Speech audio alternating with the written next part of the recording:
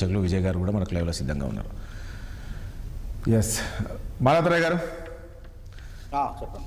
రా అసెంబ్లీకి రా, కేసీఆర్ అసెంబ్లీకి రా, చూసుకుందాం, మాట్లాడుకుందాం రా అన్నాడు ఎవరు సీఎం రేవంత్ రెడ్డి. సో మొత్తానికి అసెంబ్లీకి అయితే కేసీఆర్ రాబోతున్నట్టు తెలుస్తుంది. ఏంటి ఇప్పుడు బయట ఏ రకంగా మాట్లాడుకుంటున్నారో లోపల కూడా అట్లాగానే ఉండే అవకాశం ఉందా, లేక ప్రజా సమస్యలపైన చర్చించే అవసరమైన ఉంటుందా?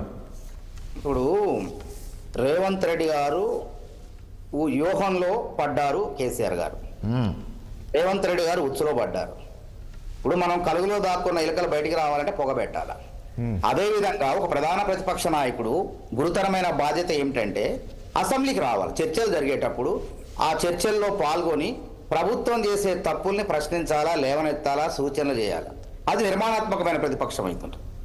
కానీ సంవత్సరం కాలంగా వారు ప్రతిపక్ష నాయకుడు పాత్ర పోషించలేదు. ఫామ్ హౌస్కే పరిమితం అయ్యారు.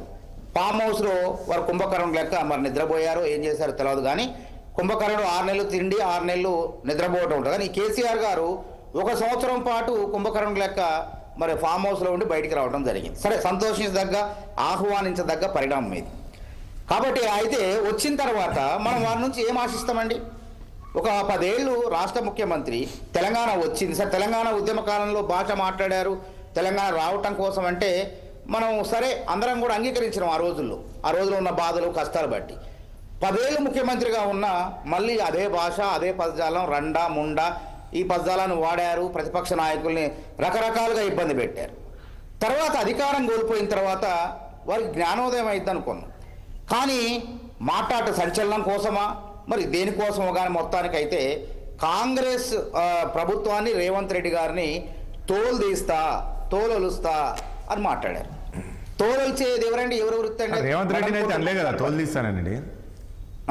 తోలు తీస్తామనేది ముఖ్యమంత్రి గారిని అయితే అనలేదు కదా. రేవంత్ రెడ్డి ఎవరినంటే ఏంటండి? అది ఎంత అనైతికమైనటువంటి మాటలు అవి. మనుషులుమా మనం పశువులుమా? పశువులు కూడా క్రూర ముఖాలు కూడా ఈ విధంగా చాలా సాధ్యవులుగా మారిపోయినాయండి. తోలు ఒలిచే మాట ఎంత పెద్ద మాట అది.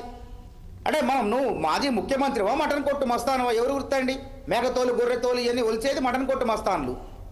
కాబట్టి ఆ మాట మాట్లాడారు. అదేవిధంగా దద్దమ్మ అన్నారు.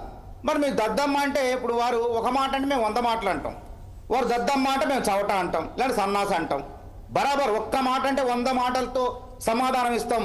రేవంత్ రెడ్డి గారు కాదండి. మనోహరరాయ్ గారు, ఇప్పుడు మనోహరరాయ్ గారు మీరే గతంలో అన్నారు, ఇప్పుడు మీరు అధికారంలో ఉన్నారు, సమయం పాటించాలి కదా. ప్రతిపక్షంలో వాళ్ళు ఉన్నారు, ప్రజా తరపున విమర్శలు చేస్తూ ఉంటారు. కానీ మీరు కూడా ఆ రకంగా మాట్లాడితే ఎట్లా? అనవసరంగా, అనైతికంగా, ఏమి లేకపోయినా అబద్ధాలు ఆడుతూ ఒక అనవసరంగా దాడి చేస్తుంటే, ఎదుటి వ్యక్తి మీద దాడి చేస్తుంటే చూస్తూ ఊరుకుంటామా? ఎంత గాంధేయవాద పార్టీ అయినా మేము కూడా చీమునెత్తులు మాలో కూడా ఉన్నాయి కదా. మేము మనుషులమే కదా, దేవుడు కాదు కదా.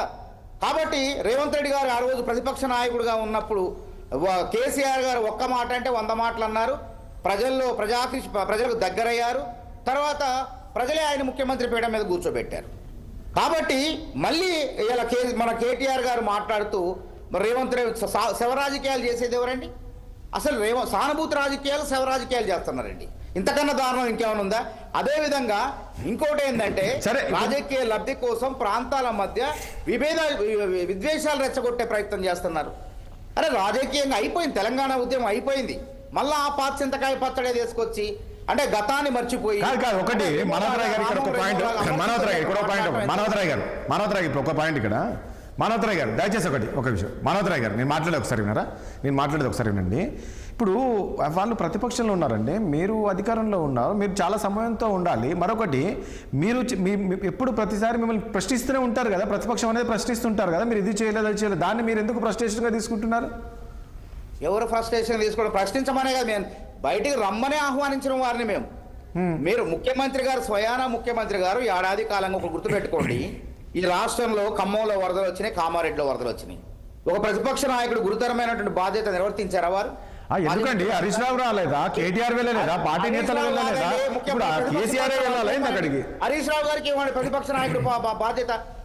ప్రతిపక్ష నాయకుడు వరదలు వచ్చినప్పుడు, ప్రకృతి వైపరీత్యాలు వచ్చినప్పుడు బయటకు వచ్చి తన గురుతరమైనటువంటి బాధ్యత నిర్వర్తించాలి, ప్రభుత్వానికి సూచనలు ఇవ్వాలి, ప్రజలకు ఆత్మస్థైర్యం చెప్పాలి.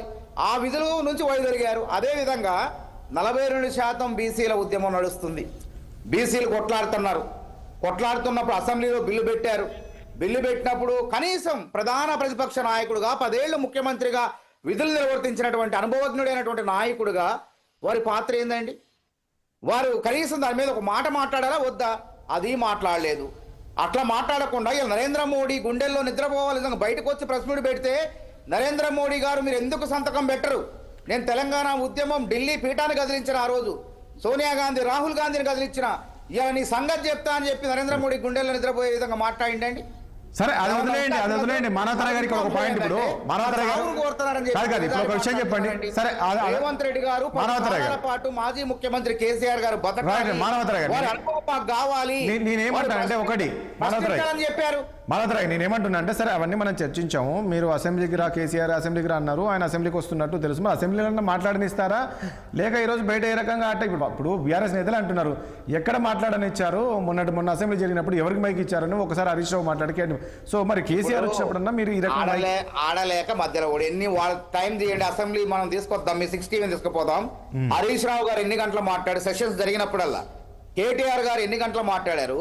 గొంతు నొక్కింది వాళ్ళు. కాంగ్రెస్ పార్టీని లేకుండా నిర్వీర్యం చేయాలనుకున్నది వాళ్ళు.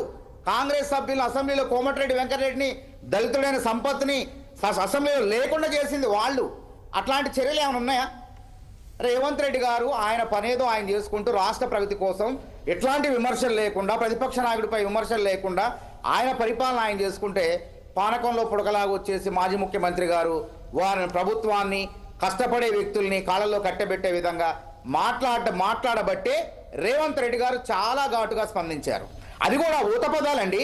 తెలంగాణలో మా ఖమ్మంలో, మా నల్గొండ, మహబూబాద్లో, నల్గొండలో, ఈ వరంగల్లో ఏమంటారు? ఏదైనా మాట ముందు నీయవా ఏందే, నీయవా మస్తుగున్నదిరా భయ్ అని ఇట్లా మాట్లాడతాం. ఊత పదాలు అవి, బూతు పదాలు కాదు, ఊత పదాలు అవి.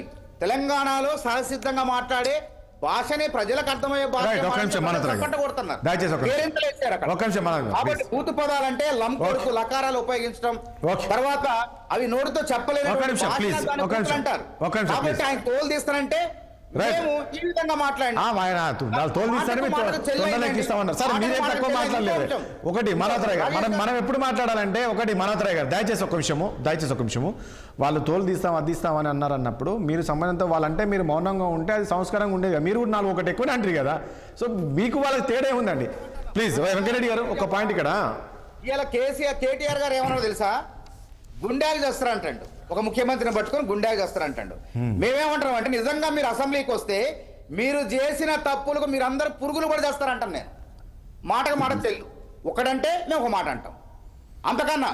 ఎందుకంటే ఇట్లనే ఉండాలి. ఇప్పుడు ఎట్లుంటుందంటే ఎలకతోలు తెచ్చి ఎందాక రుద్దినా నలుపు నలిపే. కాబట్టి ఏం చేయాలా? బుద్ధి ఎట్ట చెప్పాలా? కుక్క కాడికి ఏంది చెప్పు దెబ్బలే బుద్ధి, కుక్క కాటుకు చెప్పు దెబ్బలే బుద్ధి. కాబట్టి వారు మాట్లాడే మాటలకు వారికి భాషలోనే సమాధానం చెప్తున్నాం అంతే తప్ప ఇందులో బూతు పదాలు కాదు, ఇంకో పదాలు కాదు. వారు ఏ విధంగా స్పందించారో చర్యకు ప్రతిచర్య అంటారు దీన్ని. ఒక మాట అంటే 100 మాటలు అంటాం, బరాబర్ అంటాం. వాళ్ళు అనకుండా ఉంటే చూడండి, ఆ మధ్యకాలంలో రేవంత్ రెడ్డి గారు చక్కగా అభివృద్ధి కార్యక్రమాల్లో భాగంగా రెచ్చగొట్టింది ఎవరు? ఇంకోటి